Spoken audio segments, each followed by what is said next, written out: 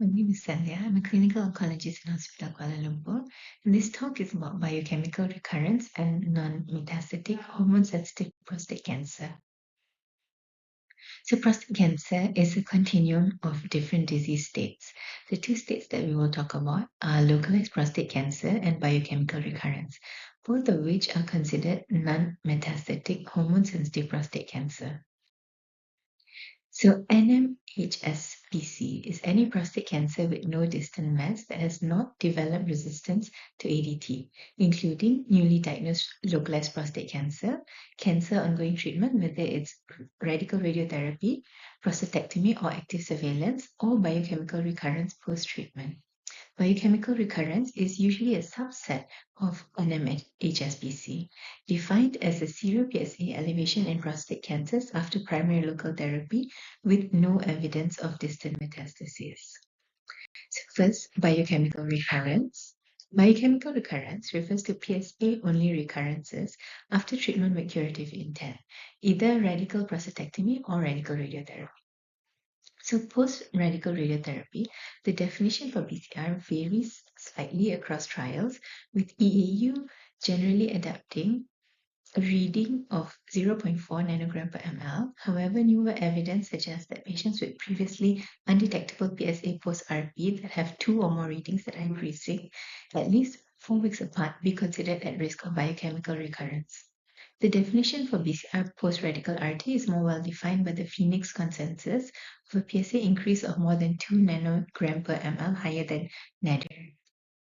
BCR can happen in up to 50% of patients. They can have a variable clinical history which may not even lead to clinically detectable mass. BCR rates varies by treatment types. The caveat here is that RT is usually given to patients with higher risk of disease stage and also patients who are less fit. Some of these studies also include BCR post-adjuvant or salvage RT.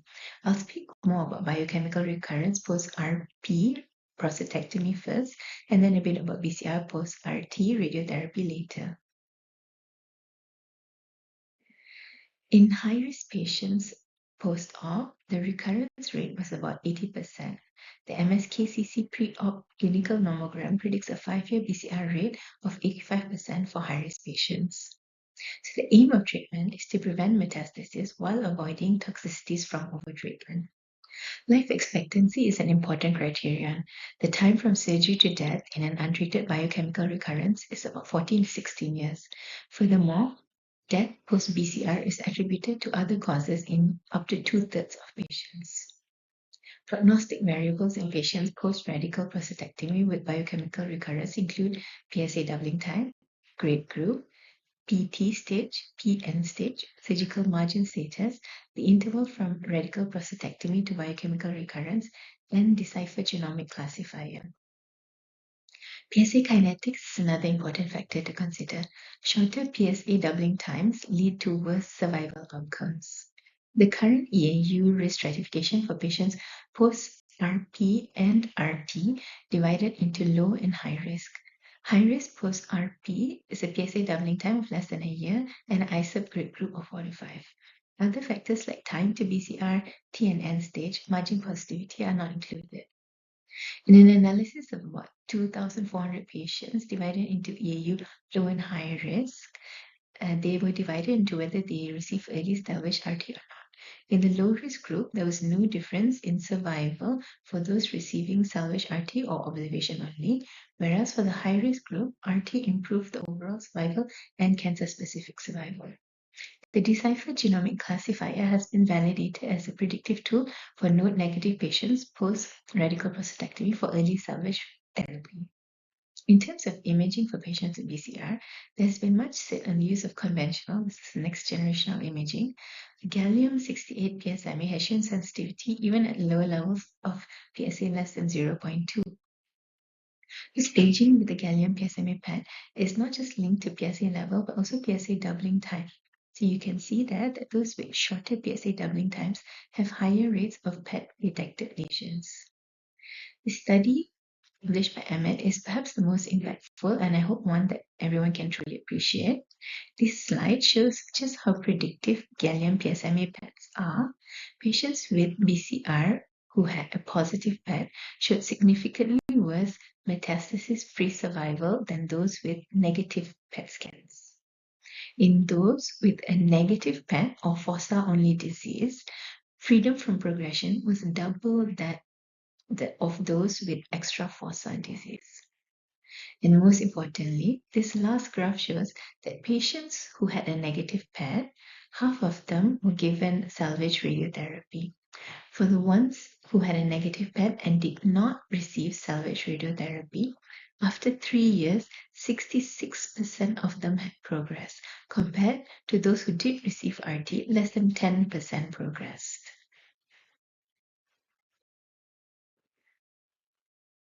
This brings about the EAU guidelines, which states strongly that a negative PET should not delay salvage radiotherapy.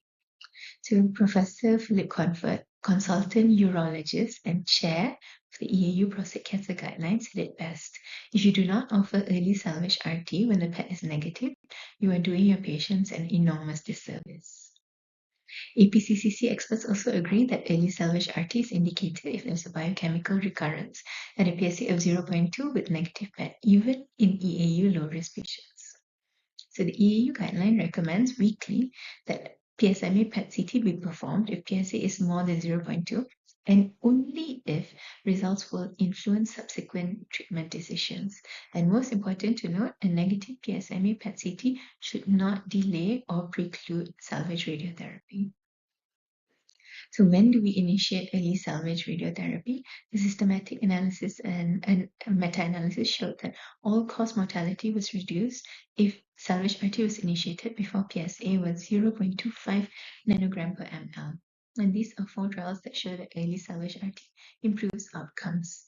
Freedom from biochemical failure is improved significantly if SRT is given at low PSA levels. Early salvage RT and ADT. So there are 4 main trials of ADT together with salvage RT. I summarized the key trials and outcomes in this table. Only the RTOG 9601 trial, 2 years of bicalutamide therapy, showed an overall survival advantage. The other trials did not. In the DATSPOT meta-analysis, there was a lack of overall survival benefit for addition of ADT, which is seen consistency across all 3 trials in those with low PSA. The latest Poseidon independent patient data meta-analysis, it utilized the MARCAP consortium to evaluate 6 phase 3 trials for the benefit of the addition of ADT to radiotherapy, either short-term or long-term. It showed that ADT did not improve overall survival, but did improve metastasis-free survival. The absolute difference at 8 years for mets-free survival was 4% and for overall survival 2%. The meta-analysis also defined that neither short-term nor long-term ADT improved the overall survival. There was, however, an improvement in overall survival if the patient's pre-salvage RT-PSA was more than 0.5. So the conclusions were that patients who benefit from ADT were those with the pre-salvage RT-PSA of more than 0.5, and that short-term ADT was likely adequate for these patients. So the patients who have biochemical recurrence post-radiotherapy, the BCR rates post-definitive RT to the prostate are quite low in this trial, around 15%, and the rates of biochemical recurrence post-salvage radiation to the prostate bed is about 20 to 30%.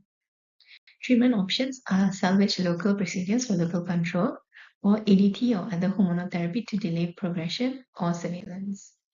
The master meta-analysis compares the efficacy and toxicity of salvage radical prostatectomy, high-intensity focused ultrasound, HIFU, cryotherapy, stereotactic body radiotherapy, SBRT, low-dose rate LDR brachy, and high-dose rate HDR brachytherapy.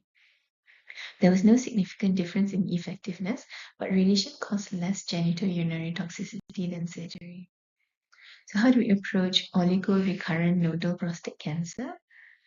OligoPelvis is a multi-center phase 2 JETAC trial assessing the use of RT and ADT in those with 6 or fewer nodal recurrences in the pelvis.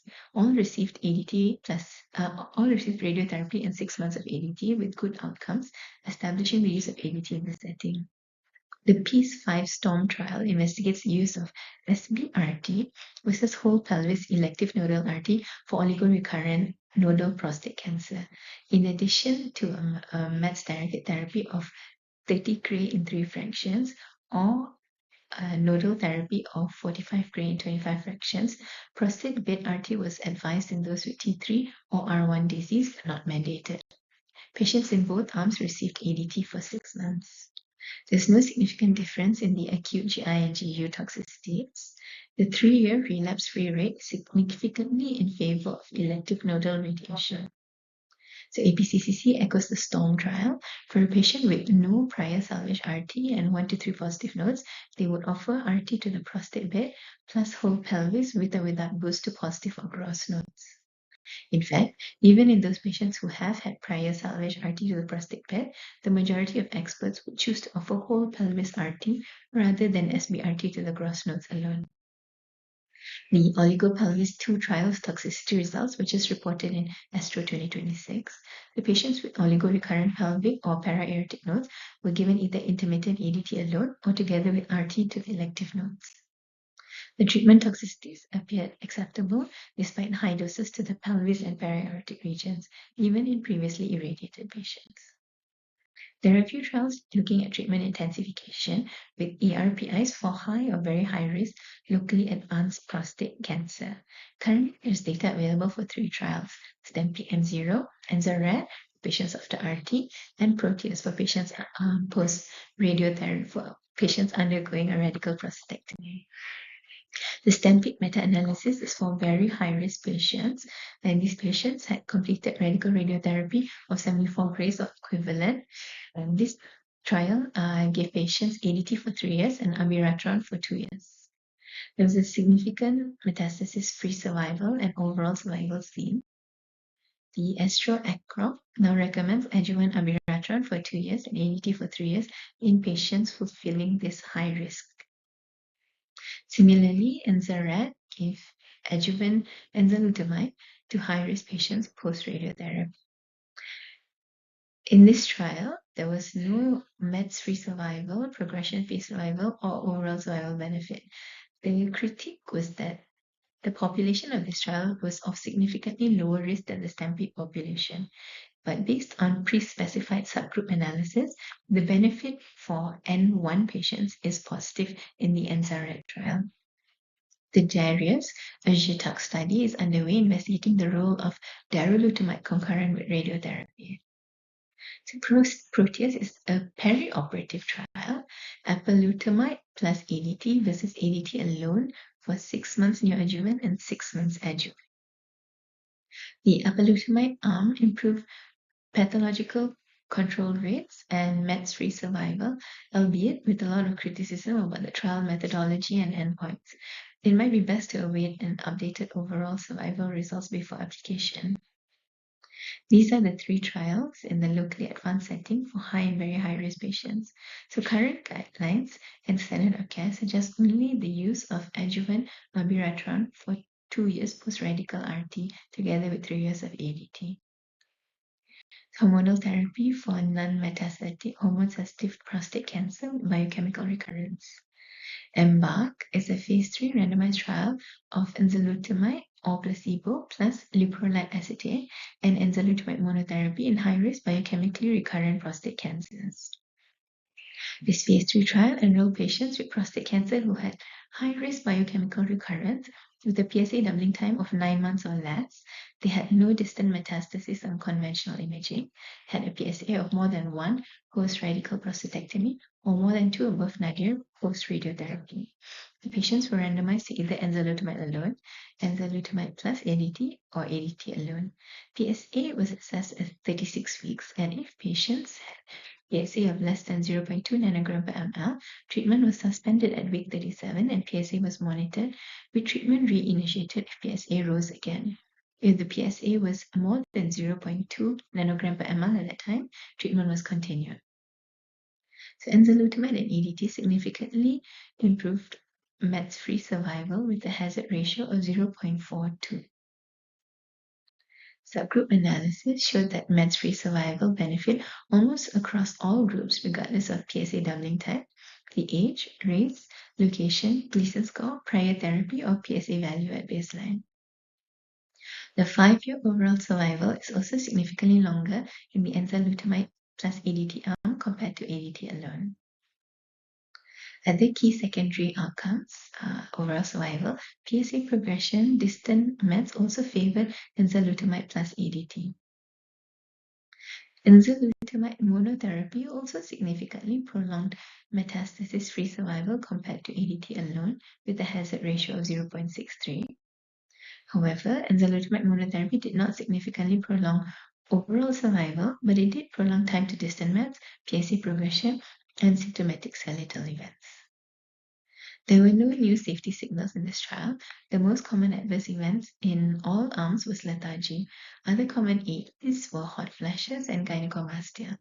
The rate of discontinuation due to AEs was about 20% for the doublet and 10% for ADT alone.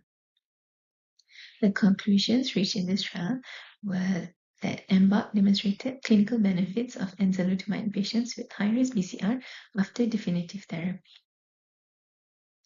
PRESTO is a similar trial to EMBARK.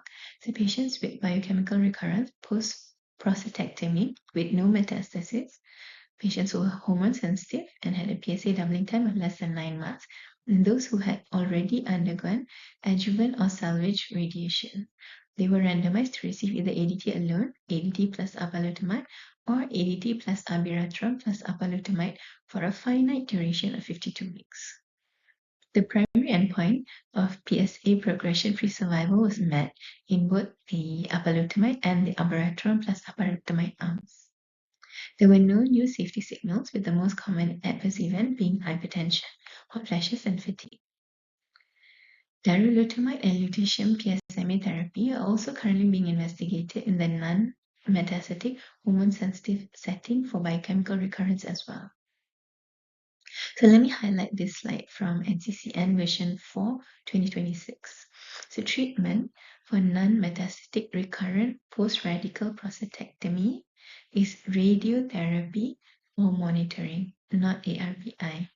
EMBARK and PRESTO were designed for patients who progress after maximal local pelvic treatment. NCCN recommends enzalutamide and ADT as the second biochemical recurrence. Apalutamide plus ADT is also a category 2B recommendation for now. So most APCCC experts would offer enzalutamide with or without ADT to this population. EAU guideline for biochemical recurrence recommends early salvage RT to patients post-radical prostatectomy with 2 consecutive PSA rises, despite a negative PET-CT and surveillance for those with EAU low risk, not to wait for a PSA threshold before initiating radiotherapy. There's also a weak recommendation for the addition of ADT together with salvage RT. For BCR post-RT, salvage local therapy should only be offered to highly selected patients. Enzalutamide with or without ADT can be offered to those with high risk post-maximal pelvic therapy.